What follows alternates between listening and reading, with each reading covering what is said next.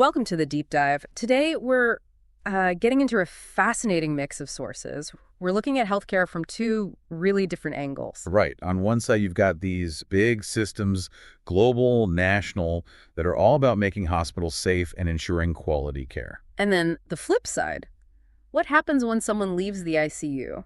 That intensely personal, often really difficult journey to recovery. Yeah, it's like comparing the architectural blueprints of a hospital to the lived experience of someone healing inside it and then afterwards. So our mission today is kind of connecting those dots. Exactly. We want to pull out the key insights, help you understand how these two worlds, the system standards and the patient experience, fit together. And we've got quite the range of material. Official stuff from accreditation bodies, some info from a healthcare consultancy, these really practical guides for patients and families post-ICU. Okay, let's start with the big picture, the quality systems. Joint Commission International, JCI. That name comes up a lot globally, doesn't it?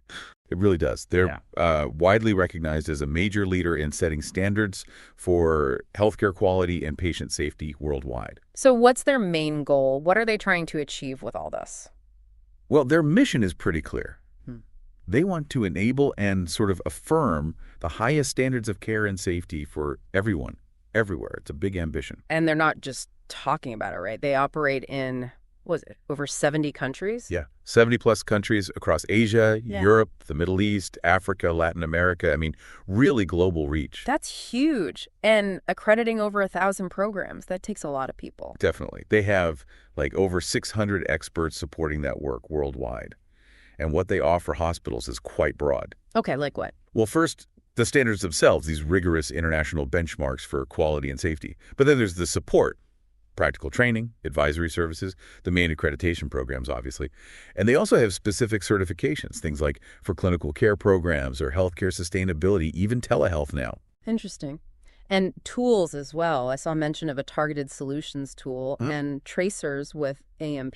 What are those about? Right, the tools are important. Tracers, for example, that's... Well, it's about following a patient's actual journey through the hospital. So not just looking at paperwork. Exactly. You follow the patient path, talk to staff, observe procedures in real time. It's seeing if the standards are actually happening on the ground. Okay, that makes sense. Yeah. And the AMP part? AMP stands for Actionable Measurement and Performance.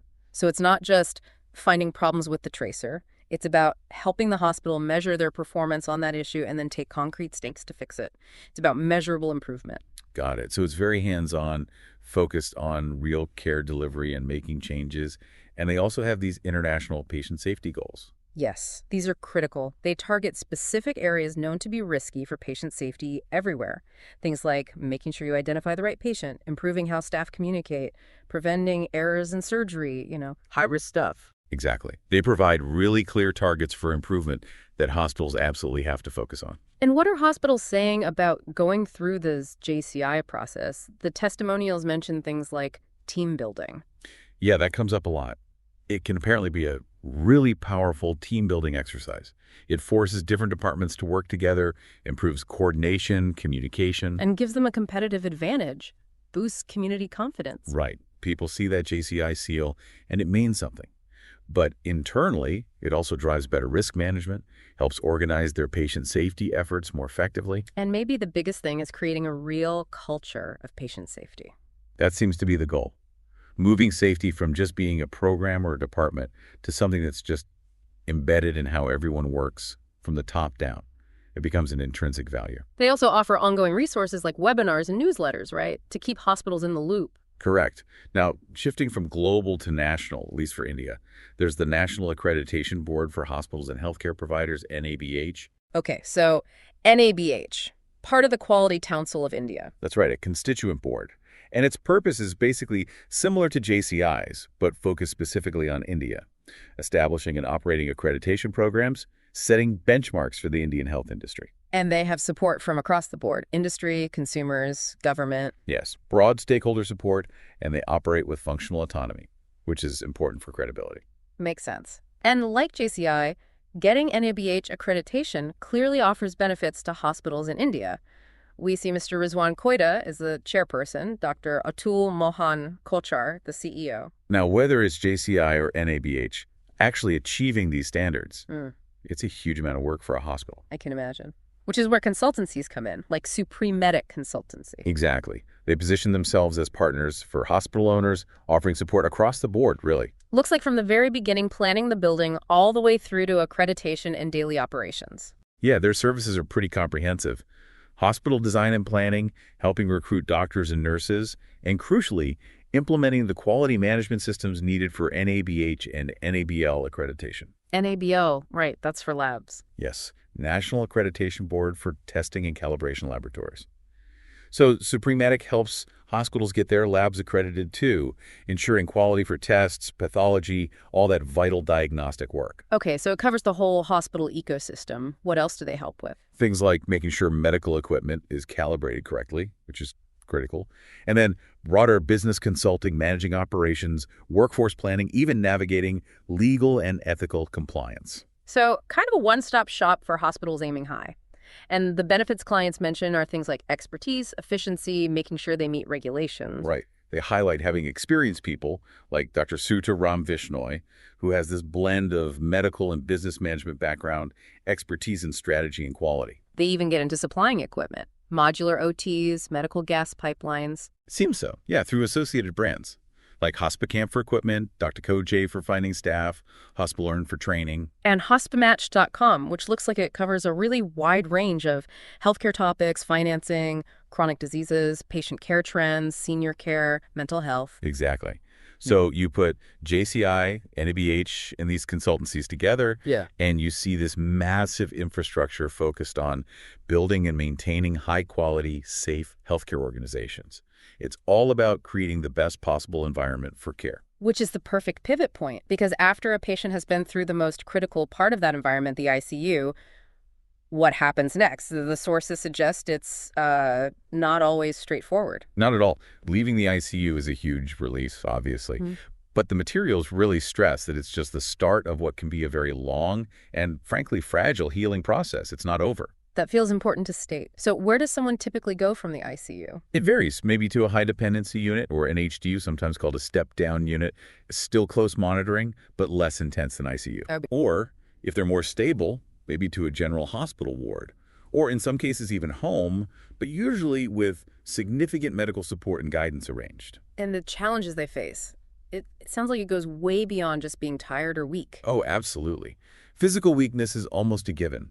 Patients lose a lot of muscle mass very quickly in critical illness. So just basic things, standing up, walking, sometimes even sitting or eating can be incredibly difficult. So physiotherapy is key. Essential. Often intensive physiotherapy is needed, maybe using walkers or other aids. And they often rely heavily on caregivers for just basic daily activities, especially early on. And there are cognitive issues, too. You mentioned ICU delirium or cognitive fog. Yes, and this is a big one, often not fully appreciated. It's basically an acute brain dysfunction. It can show up as confusion, serious memory problems, disorientation, sometimes even hallucinations. That sounds incredibly frightening for everyone involved. It really is. Tips to help include things like speaking calmly, trying to maintain a routine, reducing noise, and excessive stimulation. But it's a major hurdle in recovery for many. And the emotional side? Anxiety, depression. Very common and often under-recognized or discussed. Anxiety, depression, even PTSD, post-traumatic stress disorder can develop after such a traumatic experience. Symptoms like fear, trouble sleeping, mood changes. Exactly. The sources really emphasize how vital it is to acknowledge this and make sure there's mental health support available. It's not just about the body healing. Nutrition is also mentioned as a challenge. Yeah, the body's been through extreme stress, needs fuel to rebuild. Often high-protein diets are needed, but they also need to be easy to digest. A dietitian's advice is really key here for personalization. And taste can sometimes change after critical illness, which adds another layer. Okay, so facing all this, the physical weakness, the cognitive fog, the emotional toll, nutritional needs, what can patients and families actually do? What are the strategies for recovery? The sources outline a pretty proactive approach. First, setting realistic goals and establishing routines is crucial. Recovery takes time. Start small. Exactly. Maybe the goal today is just making a cup of tea or walking 5 more steps than yesterday. Celebrate small wins. Pacing is vital too soon. Don't try to do too much too soon and burn out. Using aids if needed. Yes, walkers, shower chairs, whatever, helps maintain independence and safety. And creating a daily routine helps bring back a sense of normalcy. And physical and cognitive rehab are central, right? Absolutely. It's the foundation. Diligently doing the exercises the physiotherapist gives you, actively working to relearn skills, walking, eating, dressing. And for the cognitive side, things like puzzles, reading, listening to music, simple memory games, anything to gently challenge and stimulate the brain. And importantly, early mobilization. Getting patients moving, even just sitting in a chair or walking short distances, as soon as it's medically safe, makes a huge difference in preventing further decline. And mental health support isn't just about dealing with problems, it's a proactive strategy. Yes, definitely. Recognizing and addressing anxiety or depression early is key. This is also where understanding PICS comes in post-intensive care syndrome. Right, PICS, that's the combination of issues. Exactly. It's this cluster of long-lasting physical, cognitive, and mental health problems that can linger long after the ICU. Just knowing it's a recognized syndrome can help. So connecting with support systems is part of the strategy. Hugely important. Family, friends, maybe patient support groups. Some sources also mention keeping an ICU diary, writing down experiences, or having family do it, which can sometimes help process the trauma later on. Nutrition strategy, small meals, dietitian advice, staying hydrated. Yes, reinforcing that need for frequent nutrient-rich meals, getting that personalized dietitian plan. And hydration is always important, especially water. Medication management must be tricky too. It can be, yeah. So the strategy is review all medications carefully with the doctor. Understand exactly what each is for, the dose, when to take it, potential side effects. Like a schedule. Definitely helps. Write it down. And don't hesitate to ask questions if anything is unclear. Also, ask about interactions like with alcohol or even other medications. And being aware of potential complications, things to watch out for. Right. Knowing about risks like infections, oral thrush is mentioned, for instance, or persistent debilitating fatigue, skin problems like rashes or hair loss, and crucially, knowing when those things mean you need to call the doctor. Which leads to follow-up care, regular checkups. Essential. Keeping those appointments with doctors, specialists, maybe pulmonary rehab if breathing is still an issue, and ideally, getting screened for PICS should be part of that follow-up.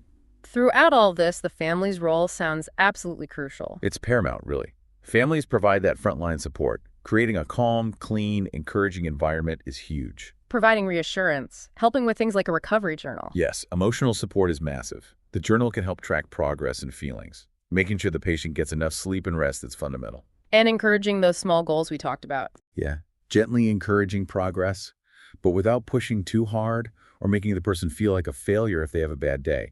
It's about listening without judgment, supporting independence where possible, but being there when needed. It's a real balancing act. A team effort. Absolutely. And families need to know the red flags, the warning signs that mean get help now. Critically important.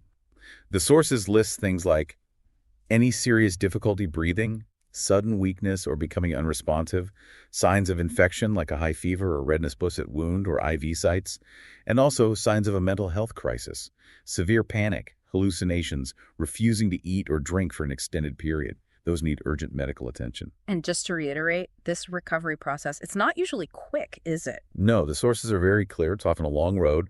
3 to 6 months is common, but it can easily be longer. It usually involves a whole team, physios, occupational therapists, maybe psychologists working together. Okay, so wrapping this up.